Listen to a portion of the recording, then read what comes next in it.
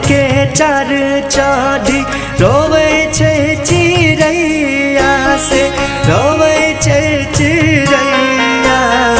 आजू गहवर हेते वीरान, आजू गहवर हेते वीरान।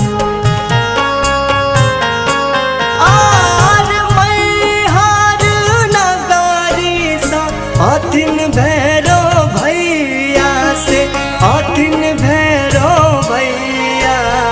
दुर्गा मैया जथिन निज धाम, दुर्गा मैया जथिन निज धाम।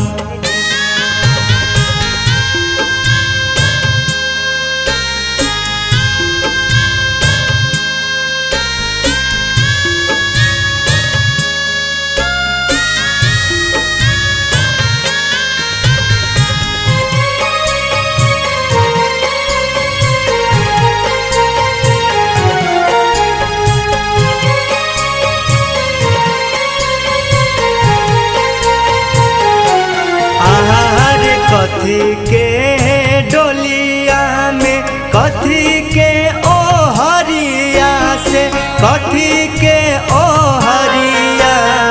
के बनत डोली के कहाँ, के बनत डोली के कहाँ।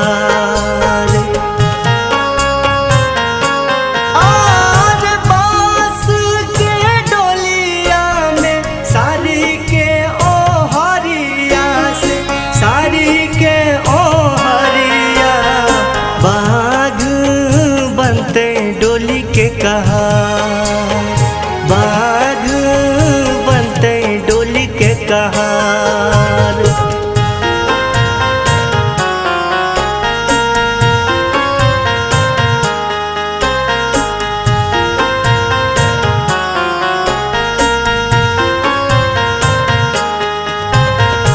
एखन अहाँ सुनि रहल छी जय श्री कैसेट कंपनी के प्रस्तुति।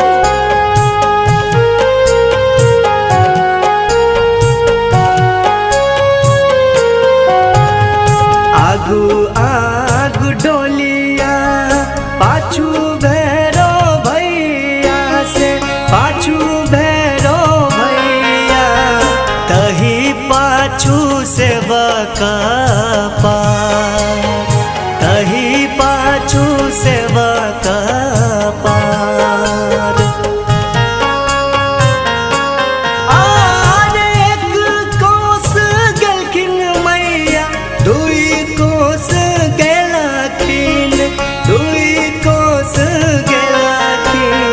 तेसर कोस कमला धार, तेसर कोस कमला धार।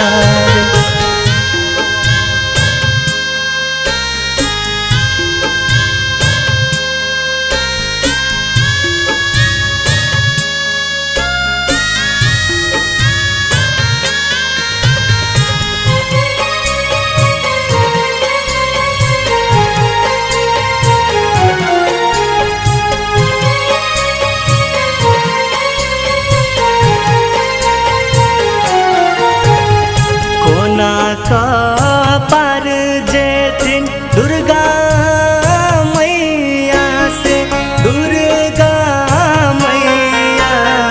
भैरो भैया करथिन विचार, भैरो भैया करथिन विचार।